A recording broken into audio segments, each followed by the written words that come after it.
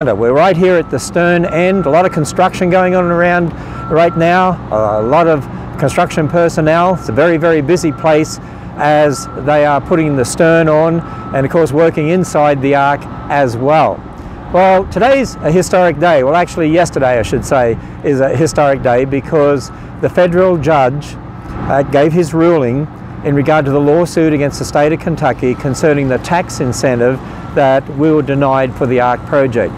And we were thrilled, of course, with the result because the judge ruled in Answers in Genesis' favor. And what the judge really did was uphold the Constitution, uphold the First Amendment, and uphold the Civil Rights Act and Title VII of the Civil Rights Act, which is what we said all along the state of Kentucky should have done. And of course, the previous governor, as we know, and the previous Secretary of Tourism stopped Answers in Genesis from receiving the tax incentive. That's a neutral program offered to any organization, company that wants to bring economic impact into Kentucky, to bring jobs into Kentucky as a tourist facility, which is exactly what the Ark will do. That neutral program that is offered to all these other organizations, but the previous governor and Secretary of Tourism said no, it can't go to Answers in Genesis because the Ark is a religious place. They're going to tell people about the gospel and that we will want to have religious preference in hiring. Well, the judge made it very, very clear that you can't discriminate like that. We've always said that what happened to us in regard to the tax incentive was viewpoint discrimination. And one of the reasons that we actually lodged the lawsuit against the state was not so much as a priority the tax incentive itself, which is a rebate on sales tax generated within the park here once it's opened over a period of 10 years up to a maximum.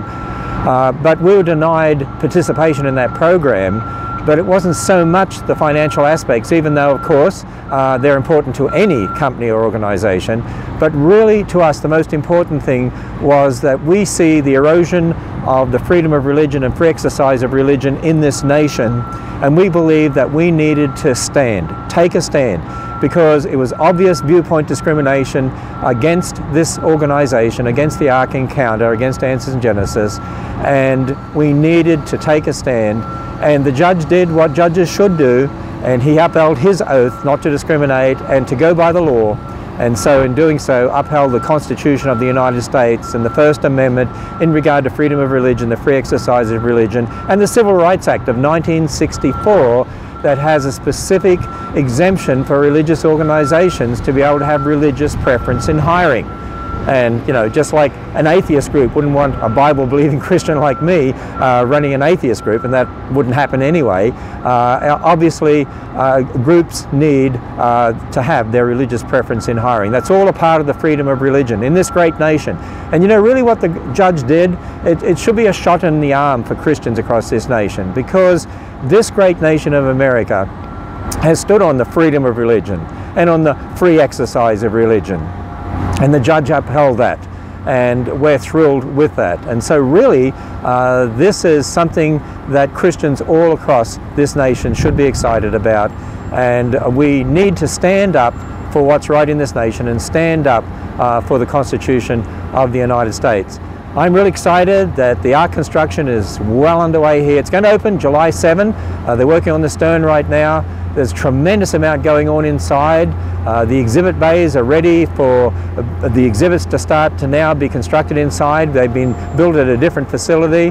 Also the ramps to take you from deck 1 all the way up to deck 3, those ramps are basically completed, and it's fascinating just to see inside the Ark and what's going on there.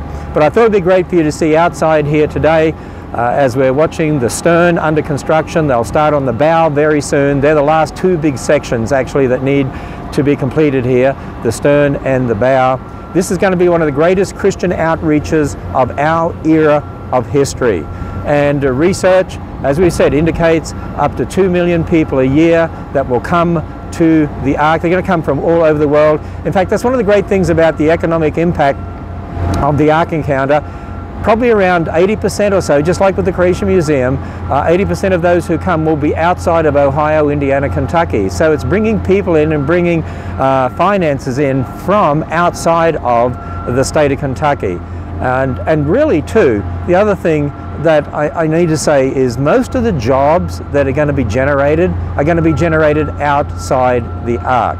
Now, the judge in his ruling made it very clear that as a very religious organization as we are, and we've never been ashamed of that, and we made that very clear to the state, the judge ruled that we can have that right of religious preference in hiring. And of course that's given in the 1964 Civil Rights Act. But the point I want to make too is that most of the jobs are actually going to be created outside of the Ark. Thousands of flow-on jobs are created by the Ark here. And you know, what's really happened is that the secularists in this nation, they are so angry at this project, they're so upset by this project because they don't want Christians to have such a voice. And in many ways, they've been so intolerant of the Christian message.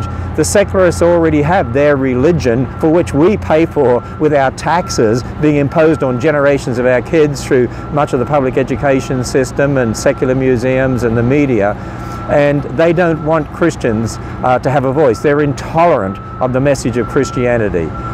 Whereas what the judge did was stood up for freedom of religion. You can't treat Christians as second-class citizens. You can't say all these other groups can actually partake of this neutral incentive, and the neutral aspect of it is, you know, they want to bring economic impact and jobs to Kentucky. You can't say others can partake of that, but because you're Christian, you can't. And so again, we're thrilled with what the judge did. Tickets are now available online for the Ark Encounter. It's going to open July 7, and we're going to have a daytime entry and a nighttime entry for the first 40 days and 40 nights. And you can go to the Ark Encounter website, arkencounter.com, and there you can actually reserve tickets online for those day entry times or those evening entry times. Thousands of people have already been doing that. And again, we're going to expect visitors from all over the world. This is going to be a great Christian outreach, one of the greatest Christian outreaches of our era of history, yet at the same time, it's going to have a phenomenal economic impact on this area, Williamstown, and on the state of Kentucky.